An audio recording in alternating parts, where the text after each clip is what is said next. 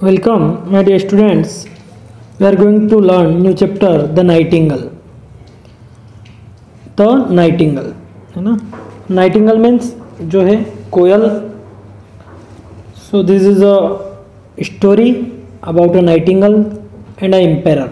एक राजा और एक नाइटिंगल की स्टोरी है. So once long ago in China, China में lived an emperor. एक राजा, एक शासक रहता था. His palace had the most beautiful garden in the world. और इस संसार का सबसे बेहतरीन गार्डन उसके महल में था. This garden ended near a dense forest. ये गार्डन जो एक सघन वन के पास में, एक डेंस फॉरेस्ट यानी बहुत ही डेंस फॉरेस्ट यानी सघन वन है ना, जंगल जो बहुत ही घना होता है उसके पास में. In one of the trees of the forest lived a nightingale. और उसी जंगल की एक ट्री के ऊपर एक नाइटिंगल रहती थी.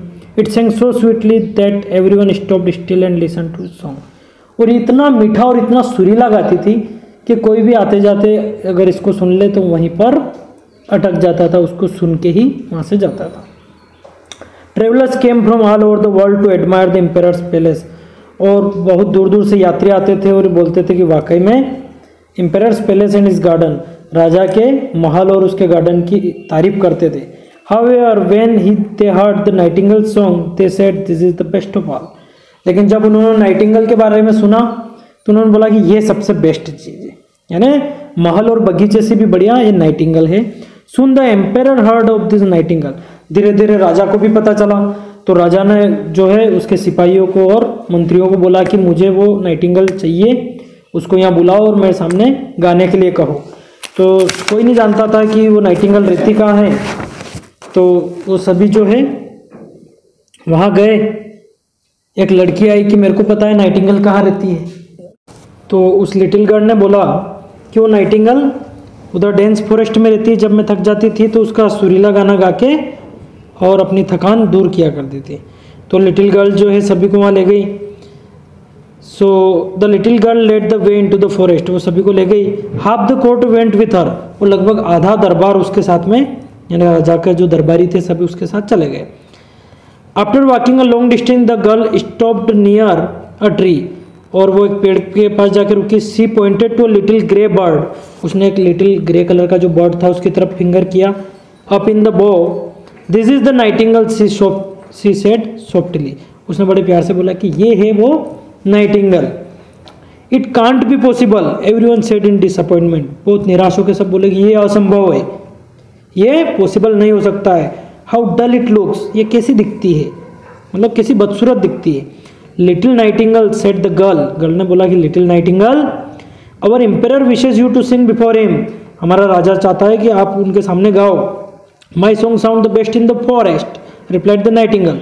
नाइटिंगल ने बोला कि मेरा जो गाना है वो फॉरेस्ट में अच्छा, माई सॉन्ग साउंड मतलब मैं अच्छा गाती हूँ.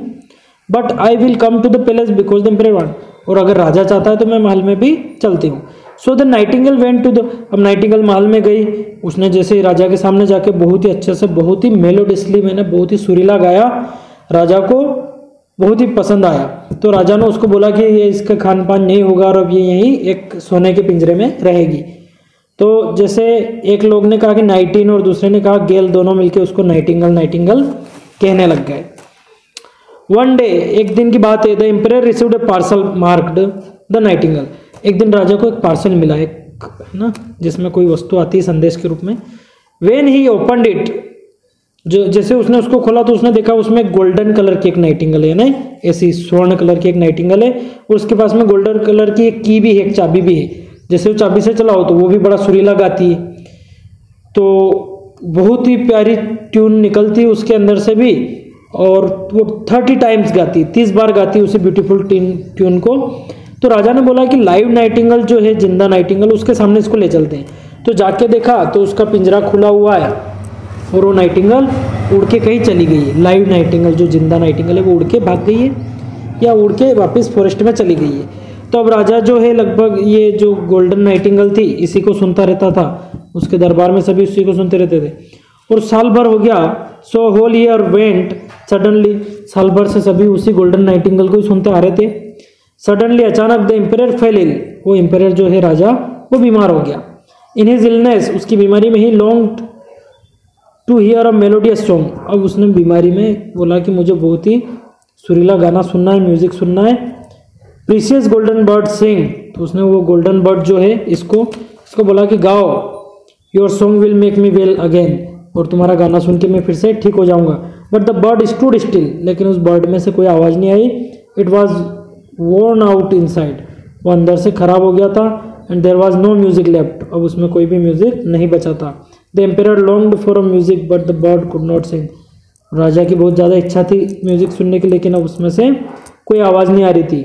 देन फ्रॉम द विंडो, अचानक खिड़की में से, सडनली अचानक, the most lovely song was heard, वो उधर से बहुत ही सुरीला गाना सुनाई दिया। कहाँ? राजा के पास ये जो खिड़की है ना, इस खिड़की में से बहुत ही सुरीला गाना सुनाई दिया। It was the little live Nightingale, ये वही जिंदा लाइव नाइटिंगल थी। That set outside on a tree, ये जो बाहर पेड़ पे बैठी बैठी गा रही थी। It had heard of the emperor's illness, उसने जैसे राजा की बीमारी के बारे में सुना and had come to sing, तो वो राजा के लिए गाना गाने के लिए आ गई है। It sang the most beautiful song, वो सबसे खूब सुरीला गाना गा रही थी। As a sang the emperor felt, और वो जैसे गाया उसने एम्पेयर को भी अच्छा महसूस होने लग गया। Thanks said the emperor, emperor ने बोला बहुत बहुत धन्यवाद। You must always stay with me, तुम हमेशा मेरे साथ रुको। नॉट सो, ऐसा नहीं हो सकता, नाइटिंगल ने बोला कि ऐसा नहीं हो सकता। I can not live in a palace, मैं महल में नहीं रह सकती हूँ। आई will come and sit on the tree by the window every evening and sing for, मैं रोज शाम को आके इस खिड़की के बाहर वाले पेड़ पे बैठ के तुम्हारे लिए गाया करूंगी। But you must promise me one thing, लेकिन तुम मुझसे एक वादा करो। Anything said the emperor, emperor ने बोला हाँ कुछ भी मांग लो। Let not any bird live in a cage, तुम किसी भी पक्षी को अब पिंजरे में कैद नहीं करोगे। The emperor smiled and said as you wish my nightingale, जैसी तुम्हारी इच्छा नाइटिंगल।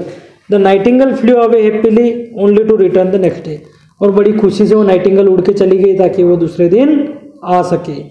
तो इस तरह नाइटिंगल ने राजा की बीमारी भी ठीक की, और उसने एक वादा भी लिया कि अब किसी भी पक्षी को, किसी भी बर्ड को केज में, पिंजरे में बंद ना किया जा सके। तो बहुत ही शॉर्ट एंड स्वीट स्टोरी थी।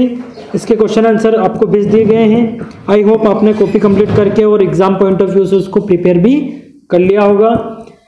ये स्टोरी थी, और आपके टिक द करेक्ट आने वाले हैं सारे चैप्टर में से। सो ये जो बुक में टिक द करेक्ट है, आप इनको अच्छे से पढ़िए, क्वेश्चन आंसर पढ़िए। क्वेश्चन आंसर का PDF में से वीडियो बना के आपको सेंड कर दिया जाएगा, है ना। Okay, bye.